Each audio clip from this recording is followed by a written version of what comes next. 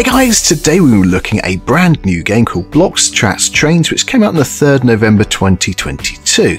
So it's a sandbox game with voxel graphics, it's building as the emphasis, and well, importantly for this channel, it has trains. You're building a train set. And down to the bottom of the page, minimum specs is Windows 97, dual-core processor, 4 gigs of RAM, and some sort of graphics card, a 1050 it says here. Now last night I also checked it does work on Steamdeck.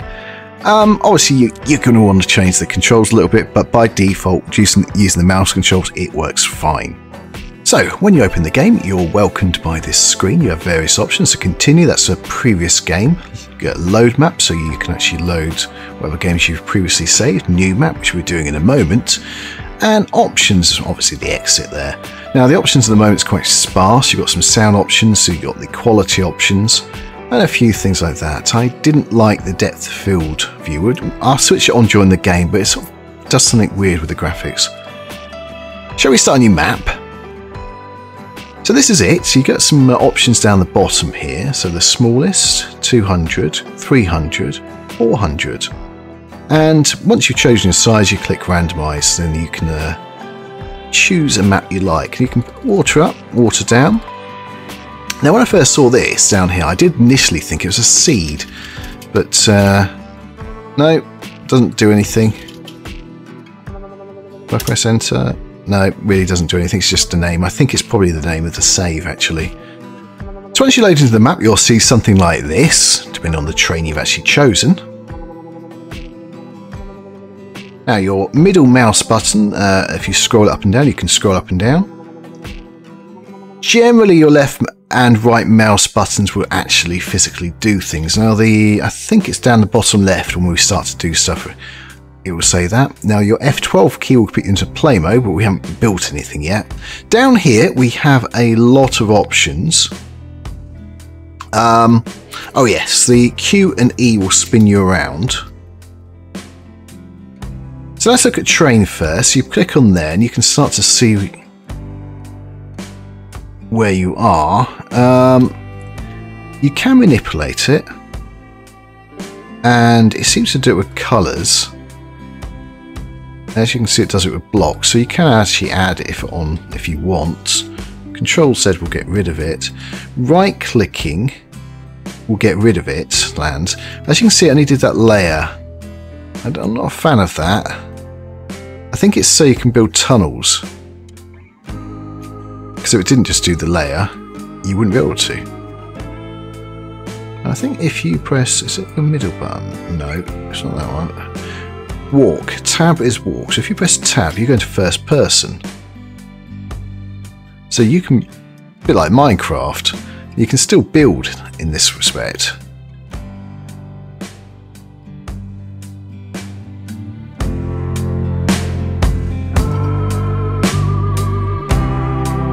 You can imagine you're actually building first person here. So I'm just right clicking, dragging it up, so it's hopefully done the 2 layers. So I press tab again, we're going to fly. So that's what we've just done. That's why it does layers, but I think there needs to be an option to actually do the lot in one go as well. So next we have rails and roads. These are not fixed, which is good. These are all splines. And we have some sort of nodes. So that's, I would call that a node. You might call it a spline point. There you go.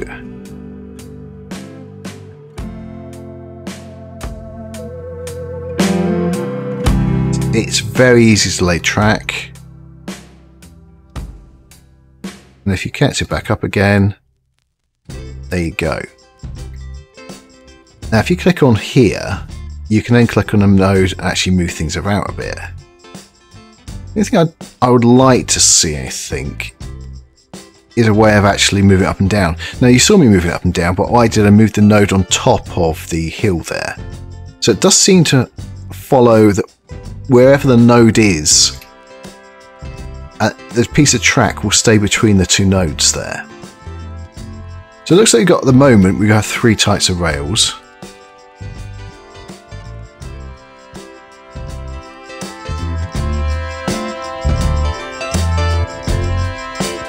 And roads seem to use the same sort of spline technology as well. Okay, let's go on to colours. I know this is not an order, but these are the colours you have to work with. And to use them, it's fairly simple. Let's go click on there, and then you just drag over the whole lot. Now let's look at the trains. Now I'm recording this segment actually late in the rest of the video because the game's had an update, and I thought it's a good idea to show you.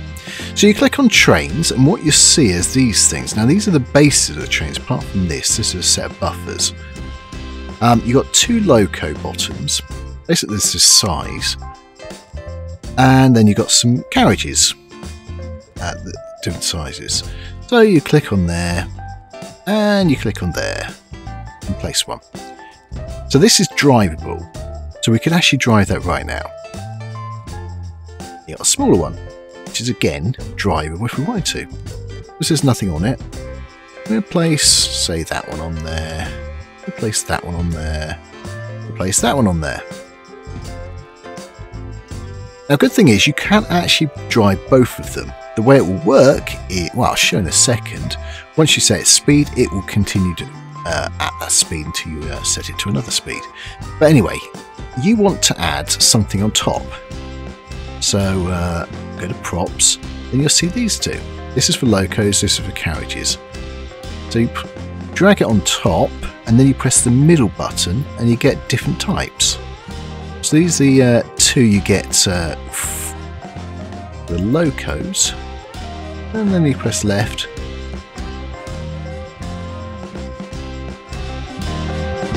and it doesn't actually want to film that one. Isn't that interesting? But that doesn't matter because you can actually make your own trains later, and I'll be showing you later how to do that. So shall we get rid of that one then? I do want two on there, so we'll place that one on there because that's part of the update. Let's middle click and go onto that. Again, we go onto carriages. There, middle click. We've got some different ones. They're wagons, really, aren't they? We have one of those. One of those. Let's have one of those. So you middle click and then left click to add it. Okay, let's go into play mode. You can do it by pressing F12 or pressing the button at the top. So here we go. We've got our trains here. So the first thing you do, you can move the trains.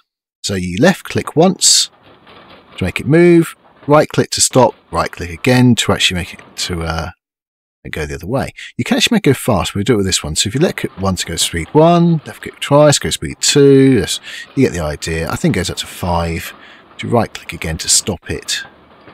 Now, whichever speed you set it at, it will stay there, so then you can set the other one off and control the other one.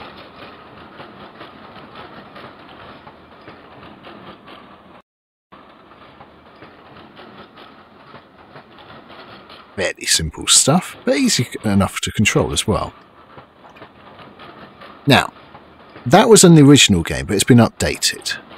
So, what you can do now is if you actually couple to something, before you couldn't uncouple, but now you can actually right click this and uncouple.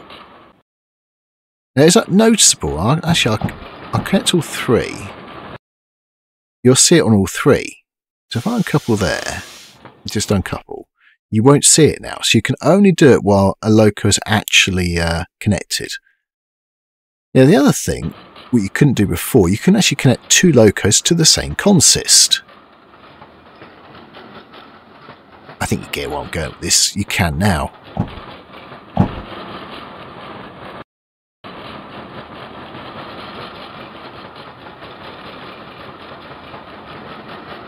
And you just control one. I think you can probably, yeah, you can press it. Can you press it on any of them? No, it's just the two locos you can control the speed by. So I can press the speed on any of them. How fast will it go? Okay, so that's as fast as it goes. You can see you could actually have... now, as this is future me, you're not going to be able to see this when I come back in a second. So, but we'll add a little bit of row. click on that junction there, and we'll add it into here. It's going to look awful, doesn't matter. So if I just do that. Right, remember when I come back, because this is future me, so when we go back, it's going to look how it was before. Doesn't matter. But this is good testing. Right, so we go back onto play mode again. What we've got now, if I click on it, you can see the it goes both ways. If I now... Oh, I wonder. Actually, there's one other thing we can try. They have those buffers, so let's try those as well. So that was in trains, wasn't it?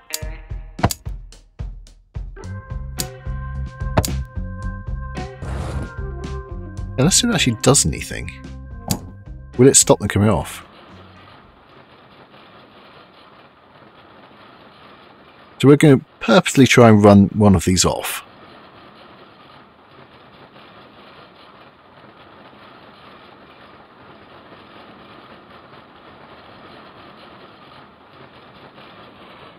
Oh, it does, automatically. So what we can do now is something we can do when the game first released.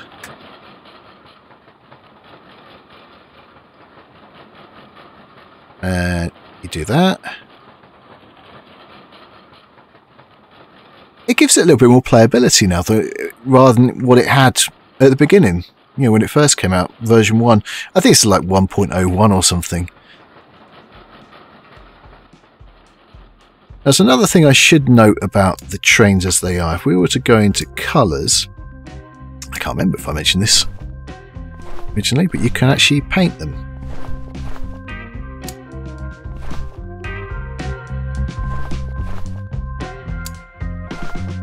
Now we do actually go into different things you can actually do with the trains in a second, but that's going to be past me talking about that. And there are some issues with it as well, which I talk about right at the end. So if we right click that, that deletes it. If we go to grids, now most people play city builders know what a grid is. It's a grid system you can build on.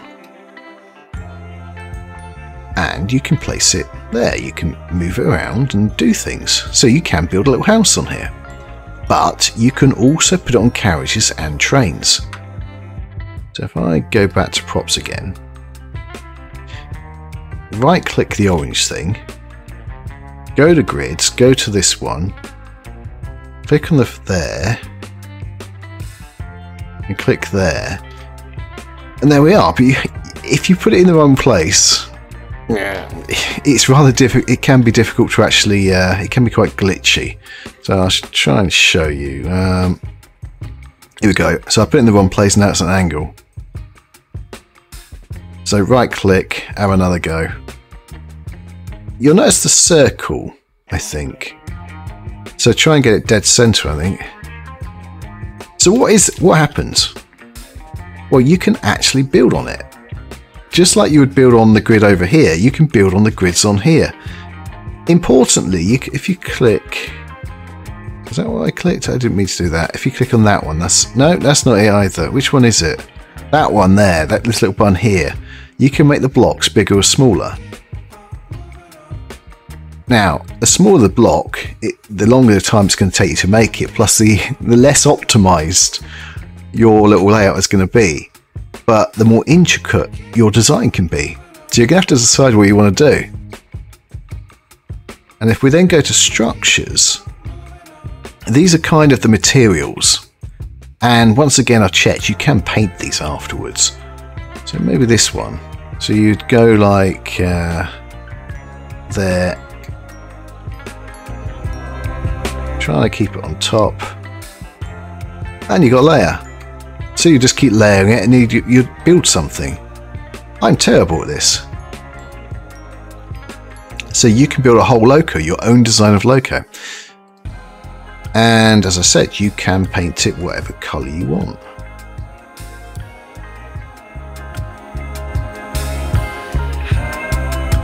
Now I'm not entirely sure what this button does on here, but if you...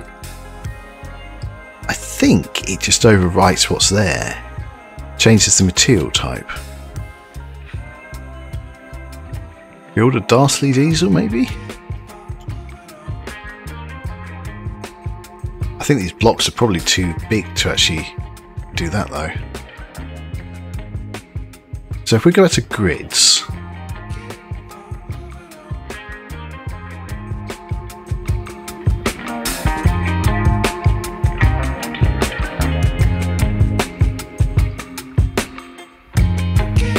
okay, so then you do that.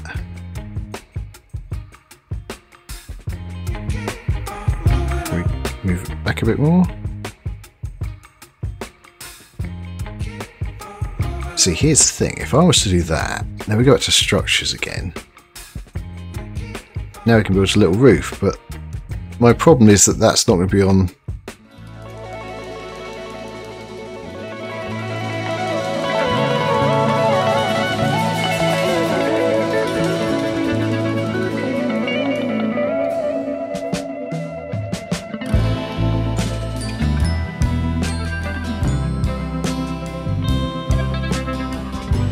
Should we say let's be our blue?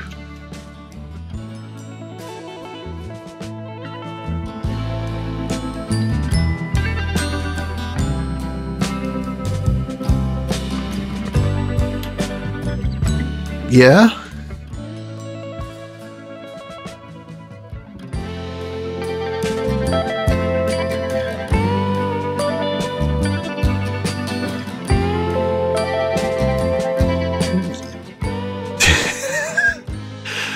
So we give it a...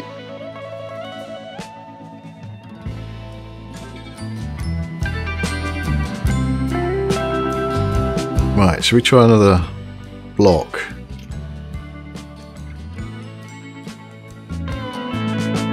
Oh, that's terrible.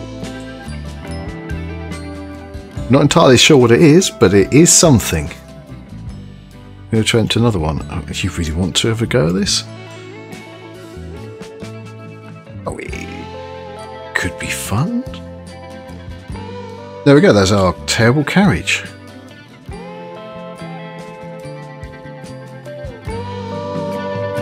Pulled by our really quite terrible diesel. I would really hope that you could do something slightly better than I've done here. At this point I decided what I'd built wasn't really good enough, so we're going to have a quick, we're going to have another go.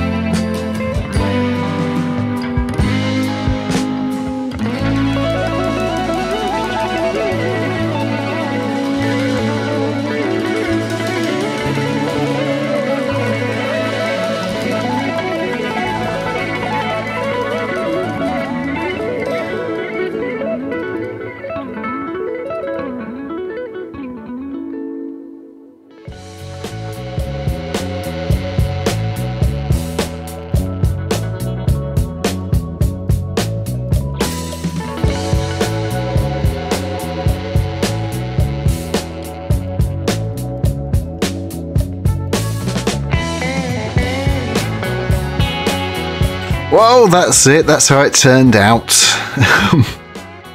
They're like different gauges, don't they?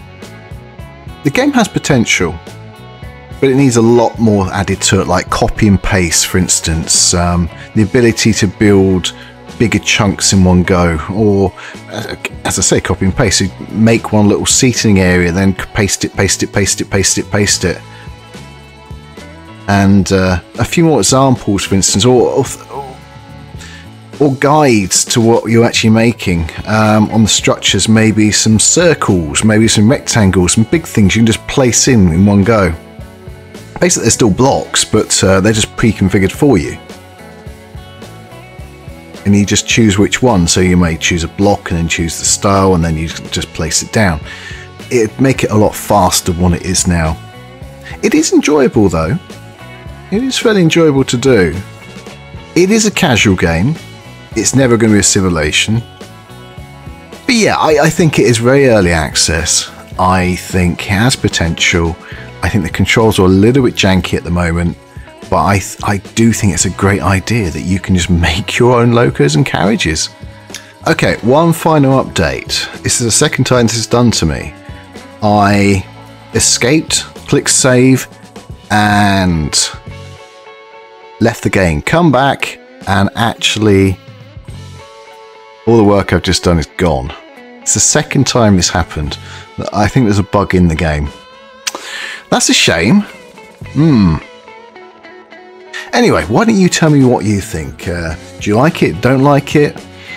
Give me some feedback, and I'll maybe then email the dev what your thoughts are. Okay, guys, that's going to be it. Thank you very much for watching. I do hope you enjoyed it. If you did, please press the like button. If you want to see more, please subscribe and press that ding-a-dong bell, and you know what it does. See you next time. Bye.